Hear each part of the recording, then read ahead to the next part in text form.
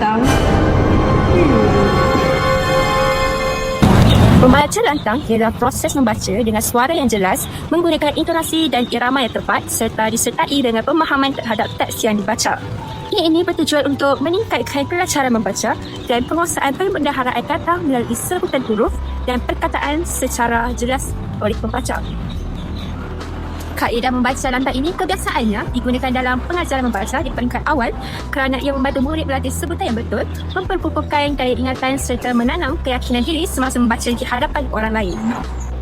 Ciri-ciri teknik membaca lantang. Pertama sekali, terdapat seorang model, guru atau pelajar yang melakukan pembacaan. Kedua, murid-murid yang lain mengikuti bacaan tersebut secara beramai-ramai. Ketiga, terdapat proses berbincang, bertindak balas dan juga menyemak semula perlahan. Keempat, berlakunya perbincangan atau murid-murid perlu menceritakan semula perkara yang telah dibaca. Empat strategi untuk melaksanakan membaca lantang ini, iaitu ulang dan membaca serentak, membaca radio, membaca gema dan teater membaca. Jadi membaca ulangan dan membaca serentak. Jadi teknik ini memberi peluang kepada murid berlatih membaca dengan konsistensi yang betul. Teknik ini sangat berguna untuk membaca secara dalam kelas kerana ia menggalakkan murid membaca perkataan atau ayat itu secara berulang-ulang sehingga murid mahir dengan persembahan bacaan itu. Kemudian ia dibaca secara serentak dan beramai-ramai. Teknik yang kedua iaitu teknik membaca radio. Teknik ini membolehkan pelajar menyampaikan mesej melalui pembacaan lisan yang tepat, membantu pelajar merumuskan dan menyatakan semula mesej yang disampaikan secara lisan. Selain itu, teknik ini juga memberi peluang untuk berkomunikasi dengan tepat berdasarkan mesej dan membaca suara. Syarat pada teknik ini iaitu tidak membenarkan sebarang perbetulan semasa menyampaikan mesej ini. Teknik yang ketiga iaitu membaca gema. Teknik ini meningkatkan kepasrahan murid yang mempunyai masalah dalam bacaan.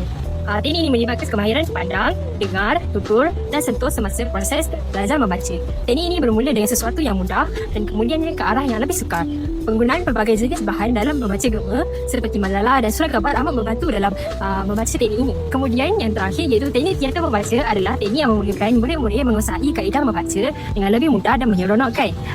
Teknik ini akan alih sebagai teater mindar kerana penonton akan membuat imajinasi masing-masing tentang situasi yang telah diceritakan oleh pencerita dan juga pelakon. Teknik ini memerlukan murid-murid untuk membaca dengan menggunakan nada, intonasi dan tanda baca. Aktiviti ini mengutamakan sebutan, bahasa tubuh, mimik muka dengan betul ketika membaca atau melakonkan sesuatu penceritaan. Kali ini kita belajar teknik membaca lantang. Jadi teknik yang pertama iaitu teknik dan membaca serentak.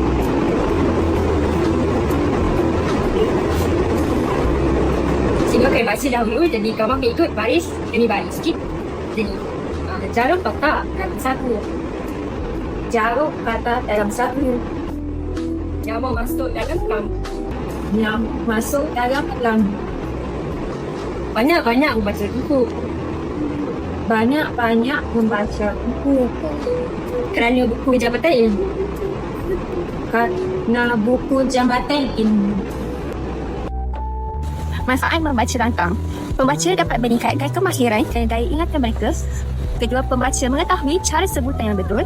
Ketiga, pembaca dapat meningkatkan keyakinan diri dan melatih diri membaca dengan lancar. Keempat, pembaca dapat meningkatkan penggunaan kosakata melalui pembacaan dan meningkatkan pemahaman pembaca. Kesimpulannya, teknik membaca lantang merupakan teknik yang amat penting dalam proses pembelajaran. Teknik ini dapat membantu pelajar mengenal pasti masalah dalam membaca sesuatu teks iaitu dari segi sebutan, intonasi, jeda dan bacaan yang tepat. Di samping itu, melalui teknik ini, semangat membaca dalam kalangan pelajar semakin meningkat. Itu sahaja daripada kami. Sekian, terima kasih.